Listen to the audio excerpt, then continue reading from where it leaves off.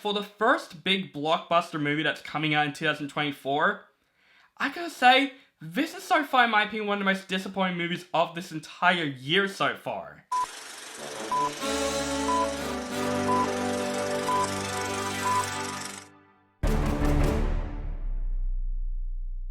What is up, guys? Welcome back to my channel. This is OCD Movie Reviews. My name is On the Brinkat, and today I'm going to review the latest spy espionage action comedy film, Argylle.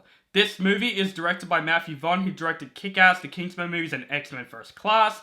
And this movie stars the big cast of Bryce Dallas Howard, Sam Rockwell, Bryan Cranston, Catherine O'Hara, Samuel Jackson, John Cena, Ariana DeBose, and Henry Cavill. A reclusive author who writes espionage novels about a secret agent and a global spy syndicate realizes the plot of the new book she's writing starts to mirror real-world events in the real time. So we got a new Matthew Vaughn movie, and when it comes to Matthew Vaughn, I think he's a pretty great director. I really do love Kick-Ass, I love X-Men First Class, and also the Kingsman movies. I love Kingsman: The Secret Service. It is definitely one of, in my opinion, one of the better spy films that came out in a long time. And from the trailers of this movie, it got me intrigued. The cast looks incredible, the plot looks very, very interesting, and Matthew Vaughn is a very good action director. So I was interested to see how this film turns out, and unfortunately, guys, for the first big blockbuster movie that's coming out in 2024,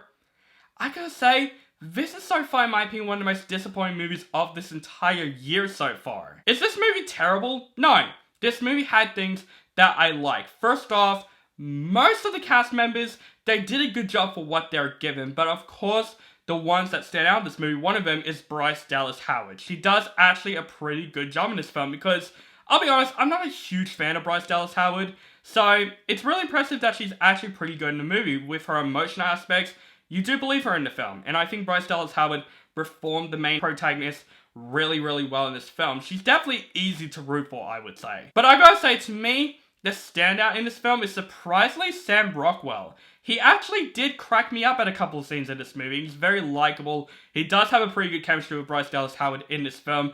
They did some really good comedy comebacks with each other, and I would say Sam Rockwell, in my opinion, is definitely the best character and actor in this movie. But the rest of the cast, you know, they're good for what they're given. I think Bryan Cranston looks like he had a total blast filming this movie. He's pretty fun in this movie. Even Catherine O'Hara, it's really good to see her in movies again, because of course she's Kevin's mom in the Home Alone movies, and she was also in Beetlejuice.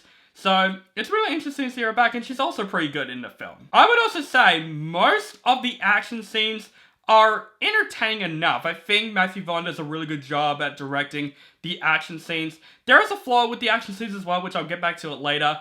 But most of the action scenes are actually pretty dumb, silly fun. And you know what? I'm into those. I'm in for like dumb, silly action as long as it's entertaining. And throughout the most part, the action is pretty entertaining in this movie, with some flaws I'm going to explain way later on. And I do like this concept. I thought this concept is pretty original and different. I really do like this type of concept. Some people could compare this movie to The Lost City, but it's a spy version. But with this type of plot, they can do stuff with it. This movie does have potential to be great, but unfortunately, one of my biggest issues with Argylle is absolutely the story. It's absolutely all over the place. I'm not gonna lie, from the first 30 minutes of this film, I was at least enjoying it for what it was.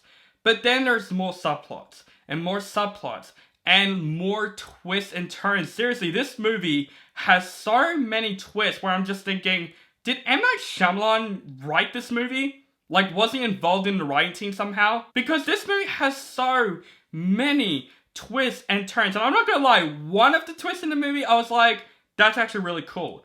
But then there's another twist. Then there's another twist. It keeps on going to the point where I'm like, I just don't really care for the story anymore, because this movie is so all over the place. And this movie is 2 hours and 20 minutes long.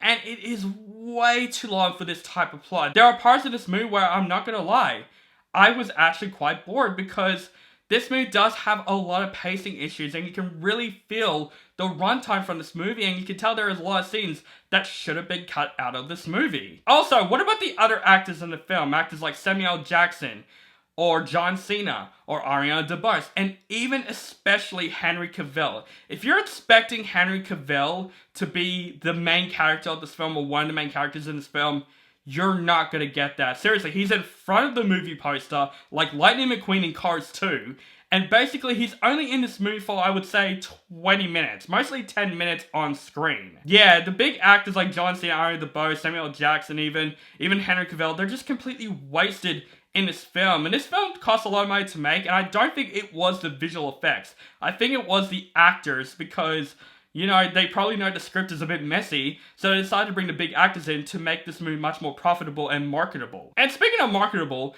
the cat in this movie does not need to be in this movie at all. This really terrible CGI cat does not need to be in this movie. They literally put him in trailers and in the movie for just marketing sake for people to see the movie. Because the cat, yeah, he has his place in the story, but they just could have cut him out and the movie wouldn't make any difference whatsoever. But the cat is so terribly CGI. Like, even at times when Bryce Dallas Howard was holding the cat, I'm just like, that also looks really, really fake. But definitely my biggest problem is the story of this movie. It is so all over the place. There's so many things happening. It feels like 3 different movies in one movie. And I'm pretty disappointed by that, because this movie, the plot of the books that Bryce Dallas Howard wrote happens in the real world, predicting in the real world. That could have been a really cool concept. That could have been interesting. But I feel like there is a wrong writing team that wrote this movie. And also, with the cat, the visual effects in this movie at times look horrendous. Some of the action scenes, when it comes to the visual effects, there's one action scene that is very CGI.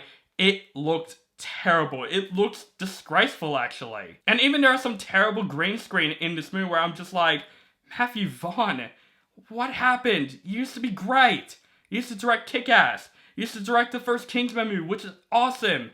And now you make this disappointment? I just gotta say, to be honest, shame on you. Overall, Argylle really let me down. This is definitely, in my opinion, my least favorite Matthew Vaughn film. You know, every director has to have his least favorite film, and Argylle is definitely that for Matthew Vaughn. I thought the story was very all over the place. The actors, they do their best for what they're given. I think Bryce Dallas Howard and Sam Rockwell are great in this movie, but the other actors are just completely wasted in this film. The action scenes are entertaining enough, but the CGI is really terrible, and this movie is way too long than it actually is. Like 2 hours and 20 minutes long.